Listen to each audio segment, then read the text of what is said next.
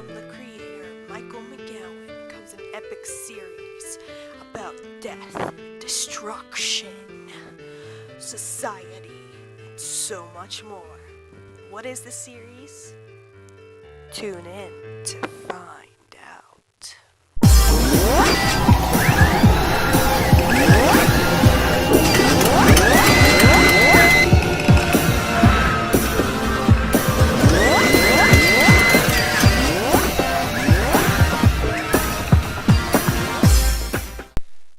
What's up, everybody? Mystery Girl here. Hi, and if you can tell by the title and by the new intro that this is Netflix review.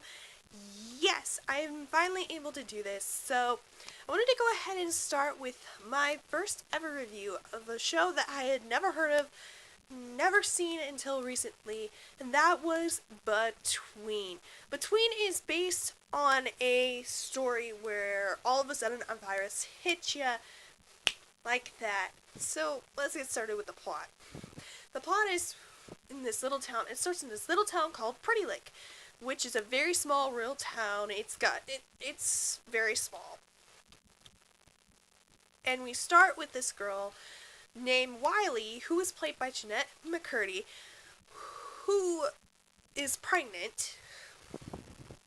And we don't know the father until later on in the series, but she's pregnant. She's just going into school like a regular person, stuff like that. Then you get into her best friend. It was Adam, played by Jesse Murray. Carreri? I don't know. But we start off with these two friends just conversating the way they usually would, and then you end up, something happens. It first starts off at Wiley's home, who is kind of the pastor's child in a sense. So there's not much more I can do with that. And that's all I'm going to give with that one. I'm trying not to be a spoils-free person here, so bear with me. But okay, imagine Pretty Lake, like right here. You see Pretty Lake, and all of a sudden, like, the disease hits, and it spreads and spreads and spreads. Then the government wants to do something to contain it, to make sure that no one has ever completely just, to make sure that they don't go to the outside world and spread it all over the U.S. So what they do is they completely take Pretty Lake and they put a whole border around it, like this quarantine fence of a sense. They build it around, they build up the fences, they put little mines on there, stuff like that. And people think, okay, they're going to start working on a cure. We're just in quarantine for a little while. And people on the outside are hearing, hey, we're close to the cure. They're getting the best supplies possible. They're getting the best education, stuff like that. But on inside of the fence, it's not like that. It's more of like the government is lying to the outside world just so the outside world understands. But they really don't. It's inside the fence, it's completely opposite. They're getting no food. By the second season, you can see this, because there's 2 seasons to this series.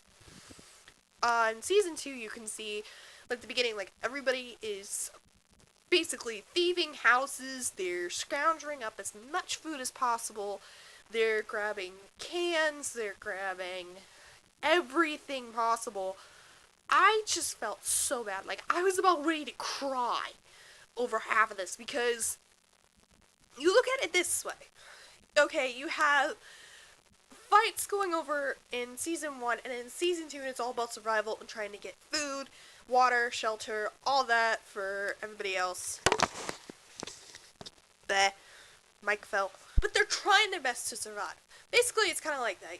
The first season's all about, okay, this virus hits, boom, like that, quarantine set up, and now they're trying to do these turf wars to see who should be in charge, who should not, who should follow whom, and it's conflict. It's like the big 2 families. One family's like a redneck, the other side is about a rich guy, stuff like that. It's just really interesting to see all these characters develop as the story goes on, from the very first episode to the very last of each season. Now, there's only 12 episodes, and they're all an hour long, but I have to admit, they did a really good job from how everybody was all of a sudden was doing great. They're trying to adapt to what happens after everybody that dies that is affected by the disease. But this is a little spoiler. This is only minor. I try to be spoiler free, but I will tell you, this is a little spoiler.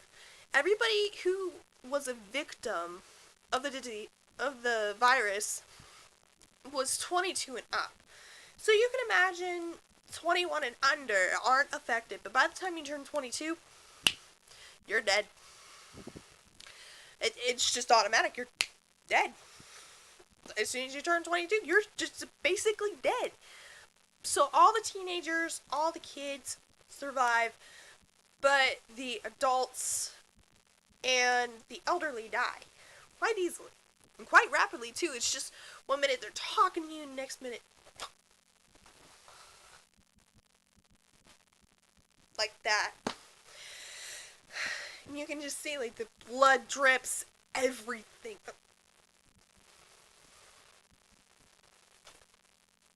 Ow, that hurt.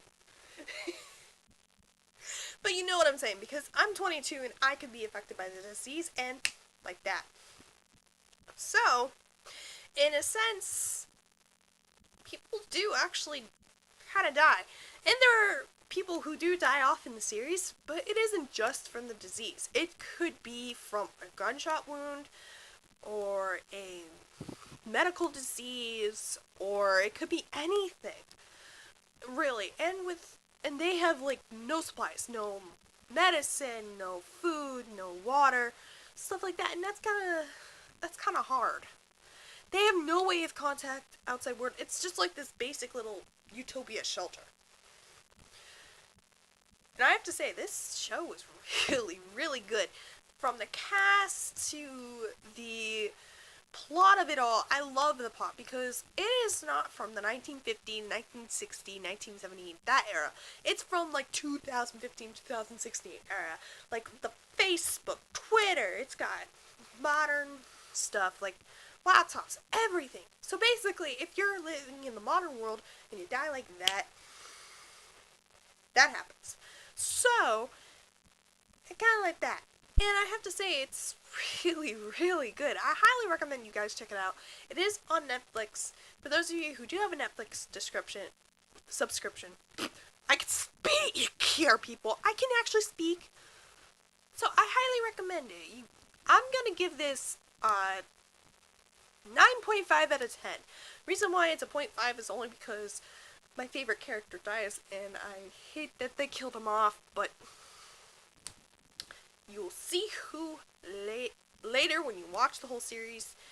I have to say, it's really good, from the storytelling to the actors to the everything. About survival, and that is the best kind of thing. And I really enjoyed it. So if you guys want to check it out, go right ahead. Go check it out on Netflix. It's on right now. There's 2 seasons, 12 episodes. There you go. So thank you guys so much for watching, and I hope to see you all later. Stay frosty. Bye. See you next time.